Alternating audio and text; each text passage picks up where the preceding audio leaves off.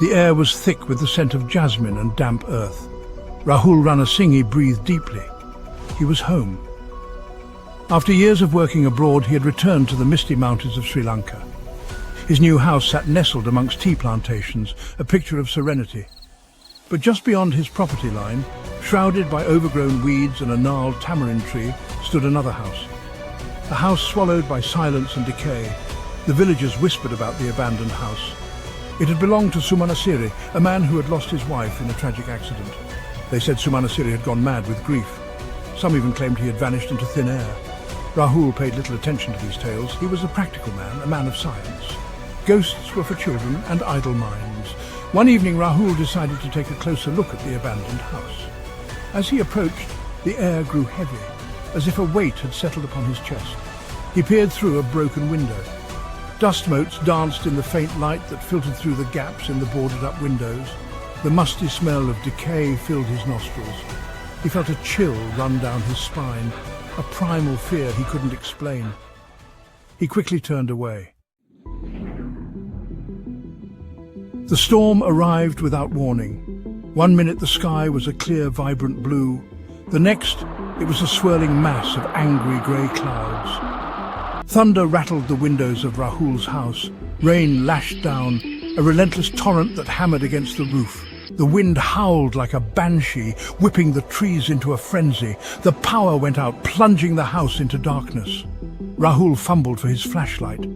As he did so, he heard a crash from outside. He went to the window. A large branch from the tamarind tree had broken off and fallen onto the roof of the abandoned house. A gaping hole was visible in the roof. Rahul hesitated. He knew he should stay inside. The storm was dangerous, but something drew him to the abandoned house. A sense of foreboding, perhaps, or maybe something else. He grabbed his umbrella and ventured out into the storm. The inside of the abandoned house was pitch black. The storm raged outside, but inside there was an unnatural stillness. Rahul's flashlight beam danced across cobwebs and debris. The air was thick with dust and the smell of mildew. He could hear the rain drumming on the roof, a steady, hypnotic rhythm. "Hello?" Rahul's voice echoed in the silence. There was no reply. He took a step forward, and then he heard it. A low moan coming from the far corner of the room. It was a mournful sound filled with despair. Rahul froze, his heart pounding in his chest. The moan came again, closer this time. Rahul's blood ran cold. He spun around, shining his flashlight in every direction. There was nothing there. "Who's there?" he stammered.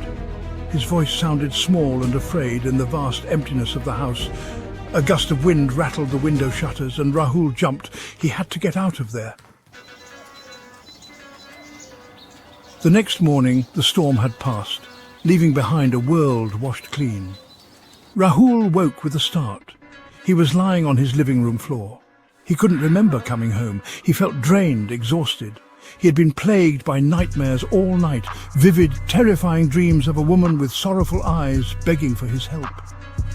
There was a knock at the door. It was his neighbour, Premaratna, a wizened old man with a kind smile. "Are you all right, Rahul?" Premaratna asked, his brow furrowed with concern. "I heard shouting last night. I thought you might be in trouble." Rahul forced a smile. "I'm fine," he lied.